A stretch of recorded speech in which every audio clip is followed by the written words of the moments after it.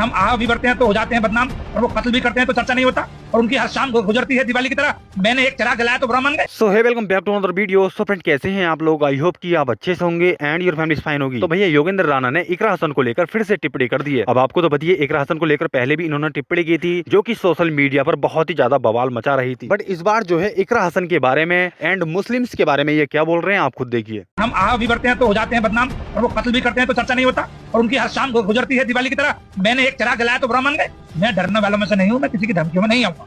देखिए, कह रहा ना कि माननीय सांसद जो इकरा हसन जी हैं, मैंने उनके आगे प्रपोजल रखा है, प्रस्ताव रखा है, और ये देश में संविधान में अभिव्यक्ति की आजादी है।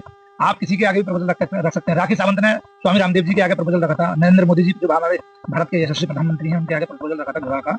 तो इसमें कोई बुराई नहीं है, आप किसी के आगे भी प्रपोजल रख सकते हैं, और वो अगर आपके प्रपोजल को ठुकरा दे, माने ना माने, वो उसकी मर्जी है। लेकिन मैंने उनके आगे एक प्रस्ताव रखा था। ये मैं ये कहना चाहता हूँ कि सनातन धर्म को एक बहुत ही सस्ता टारगेट करने के लिए, आप सस्ती लोकप्रियता बटोरने के लिए आप उन्हें सनातन धर्म को टारगेट करते हैं। और आप जो मरहूम सांसद हैं, शफीकुर रहमान बर्क साहब सांसद थे, वो लोकसभा में खड़े होकर बोलते थे कि मैं वंदे मातरम नहीं बोलूंगा। उनके पोते जो हैं जियाउर रहमान बर्क साहब, वो जो संभल में दंगा कराते हैं, हमारे हरिहर मंदिर को लेकर जब जांच गई वहां पर, तब उनके ऊपर पथराव करा दिया। फिर अकबरुद्दीन ओवैसी साहब जो हैदराबाद के हैं, वो कहते हैं 15 मिनट को पुलिस हटा लीजिए। क्या कर लेंगे 15 मिनट को पुलिस हटा लीजिए? तो आप सनातन धर्म को एक सस्ती लोकप्रियता बटोरने के लिए टारगेट करते हैं। मैंने जरा सी बात, हम आह भी बढ़ते हैं तो हो जाते हैं बदनाम, और वो कत्ल भी करते हैं तो चर्चा नहीं होता, और उनकी हर शाम गुजरती है दिवाली की तरह। मैंने एक चिराग जलाया तो बुरा मान गए। ये क्या तरीका है भाई? ये मैं तो कह रहा हूँ कि वो मैंने प्रपोजल रखा है, मैंने अपने घर में ही पूछ लिया है।